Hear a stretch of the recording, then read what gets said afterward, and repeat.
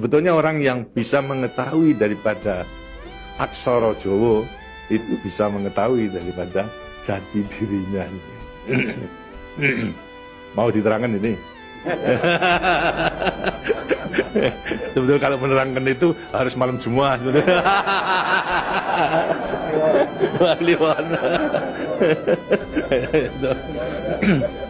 Dan itu namanya ilmu dari nenek moyang kita, terutama dalam rangka menjabarkan mengenai Pancasila, Eka Prasida Pancakarsa. Sebetulnya falsafah daripada aksara Jawa.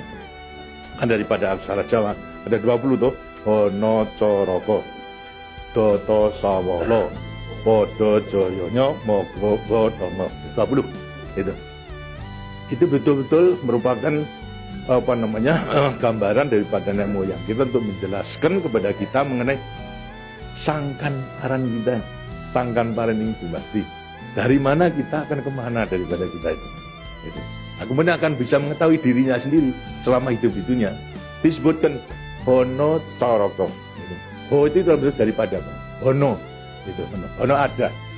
No itu daripada apa? Dari wujud daripada hono. Mulai daripada gono legeno. Gono itu belum wujud, belum berbentuk. Legono itu masih belum ada sandangan, masih utuh, Itu belum ada taling tarungnya dan sebagainya, masih belum ada sandangan. Terus hono. Jadi manusia itu memang dilahirkan, diciptakan oleh Tuhan mulai daripada hono hurip. Huripnya siapa? Nur daripada Tuhan Yang Maha Esa. Lantas diciptakan oleh manusia terdiri pada tanah, kemudian air, lantas hawa dan juga api. Apa itu? Ya daripada semua tumbuh-tumbuhan yang ada ini. Tumbuh-tumbuhan itu butuhkan dari tanah, butuhkan daripada air, butuhkan daripada matahari, itu pula daripada hawa. Daripada tanam-tanam dimakan daripada manusia, ada laki maupun perempuan, akhirnya menjadi sasar dari mani. Mani kemudian berkumpul suami istri, akhirlah wujudlah daripada embrio tadi. Embrio itu masih legeno, masih memiliki gono. Itu mulai nonya itu, terus mulai daripada hurip, kemudian hubungan suami istri mulai timbul daripada gono masing legeno. Kemudian lantas setelah itu tumbuh daripada embrio tersebut menjadi jabang bayi yang kemudian dilengkapi dengan coroko. Apa itu? Cipta rasa karsa. Coroko. Daya cipta, daya rasa dan karsa. Semua ada. Setelah itu kemudian lantas apa? Doto sawolo. Itu apa? Manusia itu setelah diberikan panca indera, diberikan sandangan panca indera, cipta rasa karsa, juga diberikan sifat Tuhan. Sifat dat kang datan sawolo, datan salah. Sifat dari yang tidak salah itu hanya Tuhan. Ya, kalau manusia ini salah, tapi kalau Tuhan itu tidak salah. Oleh karena semua manusia diberikan sama sifat daripada Tuhan yang tidak salah. Doto sawolo, datan sawolo, tidak pernah salah. Sifat daripada Tuhan. Tapi sebagai manusia juga tidak diberikan itu.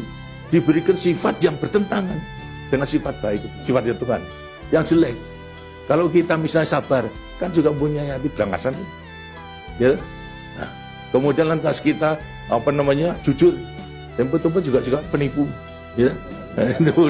Semuanya diberikan sifat itu, sifat yang bertentangan dengan zat kang datan sawolo. Tahu sama kekuatannya.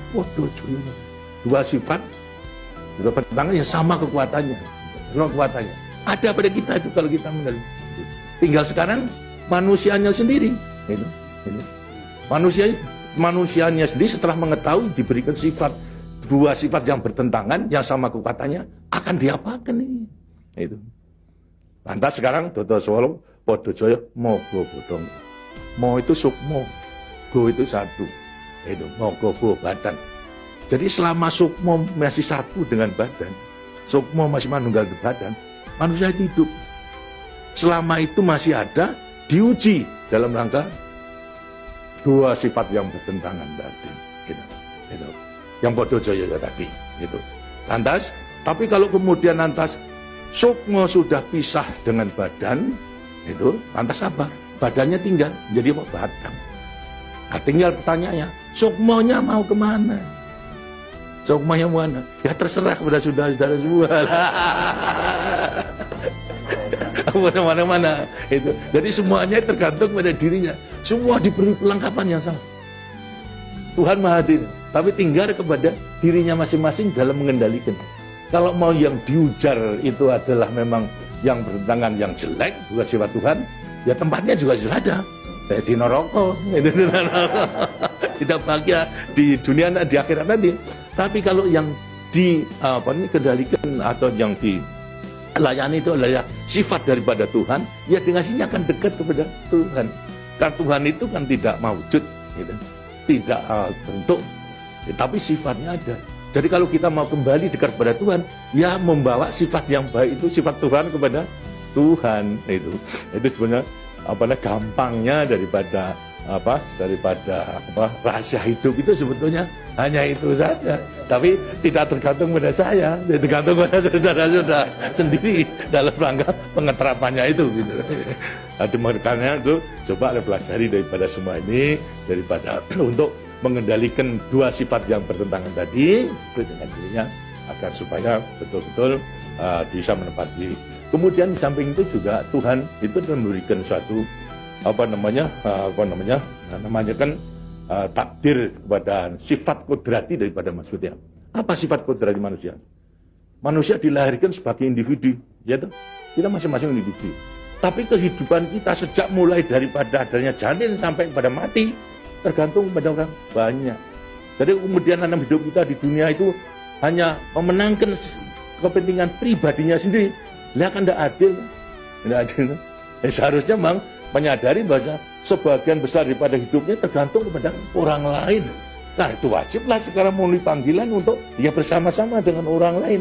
Sebab hidup di dunia itu adalah bisa serasi.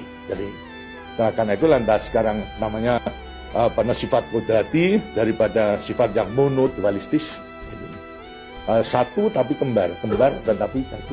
Ialah sifat individu sama sebagai makhluk sosial. Nah, itu kuncinya daripada penghayatan, pengamalan daripada Pancasila. Gitu. Nah, demikianlah waktunya saya kira sudah.